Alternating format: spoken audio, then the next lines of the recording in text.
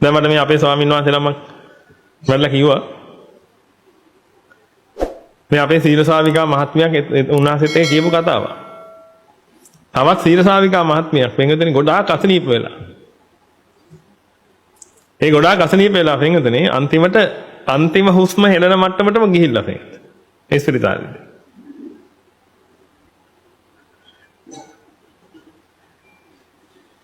එතන දෙවෙනි සීල ශ්‍රාවිකා මහත්මිය අහලා තියෙනවා.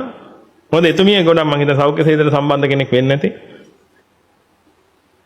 සාමාන්‍ය මිනිස්සෙක් 50 දිනකට ස්පිරිතාලේ එයාට පේනේවත් එක්ක එයා කියනවා බල්ලෙක් කෙලවනවා අයියෝ කනවා හරි නැත්නම් පිච්චෙනවා හරි මොනවා හරි එහෙම කියනවා. එයාට අත්දැකීම් තියෙන නිසා අර සීල ශාවිකා මහත්මිය සනීප වුණාට පස්සේ මැරෙන්නම ගිහිල්ලා ආයි බේරිලා. ඒ සනීප වුණාට පස්සේ වෙනදෙනේ අහලා තියෙනවා ඔබතුමීට ඒ වෙලාවේ මොන වගේ එකක්ද දැනුනේ කියලා. ඒ සීල ශාවිකා මහත්මියට මැවිලා ආවලු පින්තුනේ චීවරයක්. සනිකෝන් හිතන බලන්න මොන තරම් වාසනාවන්තද කියලා. ඒ චීවරයක් මැවිලා ඇවිල්ලා පින්තුනේ ඒ චීවරය ශාසනයට පූජා කළානේ කියලා හැඟීමක් එන්න ගත්තා. ඒ චීවරේ ශාසනයට පූජා කළානේ කියලා එනකොට පින්තුනේ පුතාම ඇවිලාවලු. පුතාව ශාසනයට පූජා කරපු විදිය දැක්කලු ඊට පස්සේ. ඒ කියන්නේ මේ ස්වාමීන් වහන්සේ නමගේ අම්මා කෙනෙක් ඔය කියන්නේ දෙයක්. ඊට පස්සේ ආරාමයේ අරමුණු වෙන්න පටන් ගත්තලු පින්තුනේ. සීල ශාවිකා වැඩසටහන අරමුණු වෙන්න පටන් ගත්තලු. අන්නේ අරමුණේලු හිටියේ පින්තුනේ. මේ බලන්න තව කෙනෙක් පිටින් පිච්චෙනෝ කිය බල්ලෙක් කනෝ කිය පිටින් ඒ කෑ ගහද්දි මේ භාග්‍යවතුන් වහන්සේගේ ශාසනයේ හික්මෙන මිනිසුන්ට මොන තරම් යහපතක් වෙනවද කියලා. ඔබ නිකන් කල්පනා කරලා බලන්න පිටින්නේ කෝ හම්බ කරපු සල්ලි දන්තිවට පිටුනේ කියලා. ළමයි දන්තිවට පිටුනේ කියලා.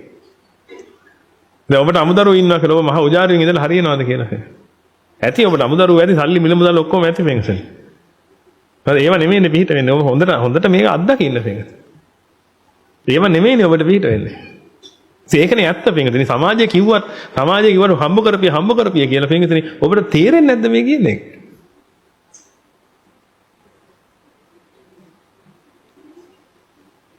සමාජය ඔබට කියයි හම්බ කරපිය පුළුවන් තරම් ගොඩ ගහපිය ආයි ලෝකෙම එක විය කියලා. නම් පිටින් අන්තිමට ඔබට පිට දෙන්න එක සිතුවිල්ලක් නේ පිටින්. ඒකනේ ඇත්ත කතාව. ඒ වෙලාවේදී පින්විතේ ඇදිලා ආව නම් එහෙම තමන්ගේ පවුලේ පිරිස පින්විතේ කෙලිම මල පෙරේත යන්නේ. අද ඇදිලා ආවේ පින්විතේ තමන් කරපු මහා පින්කම ජීවිතේ කරපු ලොකුම පින්කම පින්විතේ තමන්ගේ පණ වගේ රැකගත්ත තමන්ගේ දරුවව සාසනයට පූජා කරපු එක ඇදිලා ආවේ පින්විතේ හිතට.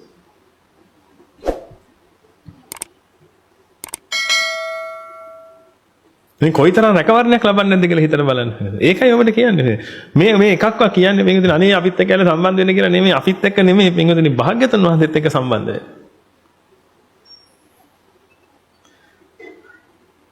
මොකද ඔබට තියෙන එකම පිළිසරණ භාග්‍යවතුන් වහන්සේ පින්විතේ. ඒක මට 100 කෝටියක් විශ්වාසයි මේ කාරණා. පින්විතේ මොකද මට දෙවිච්ච එකම පිළිසරණ භාග්‍යවතුන් වහන්සේ. තියෙන එකම පිළිසරණ භාග්‍යවතුන් වහන්සේ. ධර්මයේ මහා සංඝයා පින්විතේ ආයේ ඒක දෙකක් නෑ. එකම පිළිසරණ. නැත්ති මේ සරණං අඤ්ඤං ඒක ඒකාන්තෙම මේ කියන්නේ පිටුනේ ඉස්සර ගාතාව කියලානේ කිව්වේ ගාතාවක් නේ කිව්වේ පිටුනේ ගාතාව තියෙන එක කිව්වේ. මේ දැන් කියන්නේ ඒකාන්ත අවබෝධයෙන් පිටුනේ සත්‍යයට භාග්‍යවතුන් වහන්සේගේ හේවත් මේ ත්‍රිවිධ රත්නයේ පිළිසරණ හැරෙන්න වෙන කිසිම පිළිසරණක් නැහැ.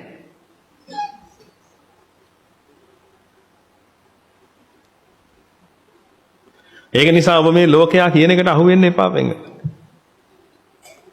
මේ තරුණ පිරිස් විශේෂයෙන් මේ ඔළුවට ගන්න. දැන් ලෝකයා ඔබගේ ඔළුවට මේවා දාන කාලේ. එක එක ආකාරයෙන් ඔබගේ ඔළුවට මේවා දානවා වෙන්නත්.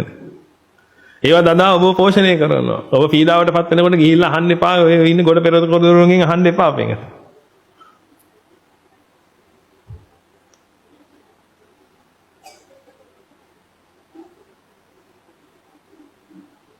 අහන්න එපා.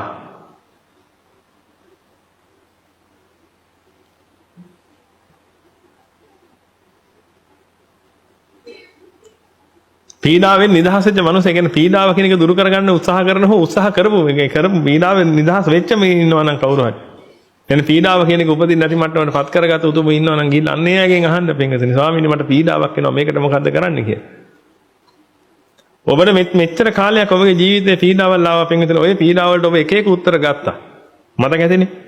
ඒ උත්තර ගත්ත හැම වෙලාවකම ඔබට තේරෙන්නේ නැද්ද පින්වතුනි ඔබට තව මොකක් හරි වස්තුවක් ලෝකෙට ගේන්න උනා ඒක නිසා කියලා. දැන් ඔබට මේ ලෝකෙට ගෙනහු වස්තුව රැක රැක නෙමෙයිද ඉන්න වෙලා තියෙන්නේ කියලා. ඒක නිසා දැන් අලුතෙන් පීඩා එනවා නෙමෙයිද කියලා. ඒකට හේතුව පින්වතුනි ඔබ පීඩාවෙන් නිදහස් වෙන්න. එහෙත් නැත්නම් ඔය පීඩාවෙන් මොකට මොකද්ද කරන්න කියලා ඇහුවේ පින්වතුනි කියලා අහන්න ගොන්තඩියෙක්ගෙන් පින්වතුනි.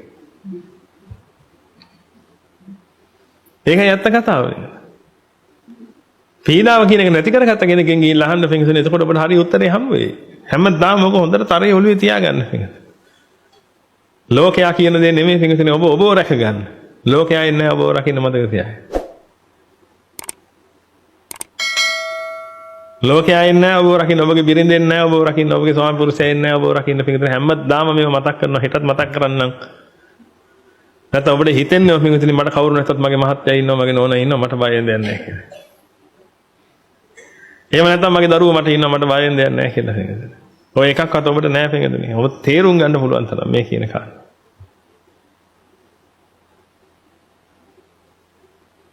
වල්කීම යුතුකම් ඉෂ්ට කරන්න පින්වතුනි තමන් ගැන බලන්න පුරුදු කරගන්න මේ ආත්මාර්ථකාමීත්වයට හුරු කරනවා නෙමෙයි ආත්ම අර්ථකාමීත්වයට හුරු කරනවා.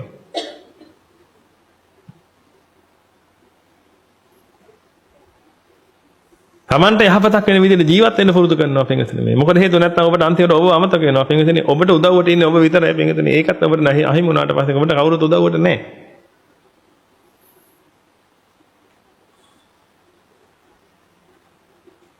ඔබ හැම කෙනාම දන්නවා පින්වතුනි සීලයක් ආරක්ෂා කරගෙන හිටියොත් ඔබට දිව්‍ය ලෝකයකටවත් යන්න පුළුවන් අනුමතරව නැත්තම් නිවන කරගන්න පුළුවන් කියලා පින්වතුනි. නමුත් අමුදරුව රැක්කා කියලා කවදාවත් ඒක වෙන්නේ නැහැ කියලා ඔබ හැමෝම දන්නවා පින්වතුනි. නමුත් මුළු ජීවිත කාලෙම පාවිච්චි කරන සීලයක් රකින්නද අමුදරුව රකින්නද කියලා ඔබ දන්නවනේ පින්වතුනි. මම අමුතුවෙන් කියන්නේ නැහැ.